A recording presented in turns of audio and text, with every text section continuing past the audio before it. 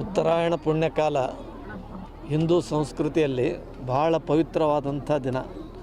ಧನುರ್ಮಾಸವನ್ನು ಕಳೆದು ಈ ಚಾತುರ್ಮಾಸದಲ್ಲಿ ಪ್ರಾರಂಭ ಆಗತಕ್ಕಂಥ ಅನೇಕ ವಿಧಾನಗಳನ್ನು ಸರಿಸಿ ಬರತಕ್ಕಂಥ ಪರ್ವಕಾಲದಲ್ಲಿ ಉತ್ತರಾಯಣ ಪುಣ್ಯಕಾಲ ಅಂತ ತಿಳ್ಕೊಂಡಂದರೆ ಕೇವಲ ಇಂಗ್ಲೀಷ್ ಮಾದರಿಯ ವರ್ಷದ ಮೊದಲನೇ ಹಬ್ಬ ಅಂತ ತಿಳ್ಕೊಂಡು ಪರಿಗಣಿಸುವಂಥವ್ರು ಆಗ್ತಾರೆ.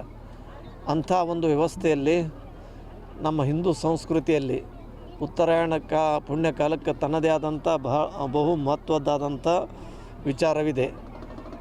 ಇಚ್ಛಾಮರಣಿಯಾದಂಥ ಭೀಷ್ಮಾಚಾರ್ಯನು ಕೂಡ ಈ ಉತ್ತರಾಯಣ ಪುಣ್ಯಕಾಲಕ್ಕಾಗಿ ಕುಳಿತಿದ್ದ ತನ್ನ ದೇಹವನ್ನು ತ್ಯಾಗ ಮಾಡಬೇಕನ್ನತಕ್ಕಂಥ ವಿಚಾರದಲ್ಲಿ ಉತ್ತರಾಯಣ ಪುಣ್ಯಕಾಲ ಪ್ರವೇಶ ಆದಾಗೆ ನಾನು ದೇಹ ಬಿಡುತ್ತೇನೆ ಅನ್ನತಕ್ಕಂಥ ವಿಚಾರದಲ್ಲಿ ಅಂಥ ಭೀಷ್ಮಾಚಾರ್ಯ ಅಂದರೆ ಇಚ್ಛಾಮರಣಿ ಅಂಥ ಒಬ್ಬ ಸಂತನೂ ಕೂಡ ಈ ಒಂದು ಪರ್ವಕಾಲದ ಆಗಮನವನ್ನು ನೋಡ್ತಾ ಇದ್ದ. ಹೇಳುವತಕ್ಕಂಥ ಕಾರಣ ಏನಂತ ಕೇಳಿದರೆ ಸುಗ್ಗಿಯ ಕಾಲ ಎಲ್ಲ ರೈತಾಪಿ. ಉತ್ತರ ಕರ್ನಾಟಕ ನ್ಯೂಸ್, ಇದು ಕನ್ನಡದ ಉಸಿರು.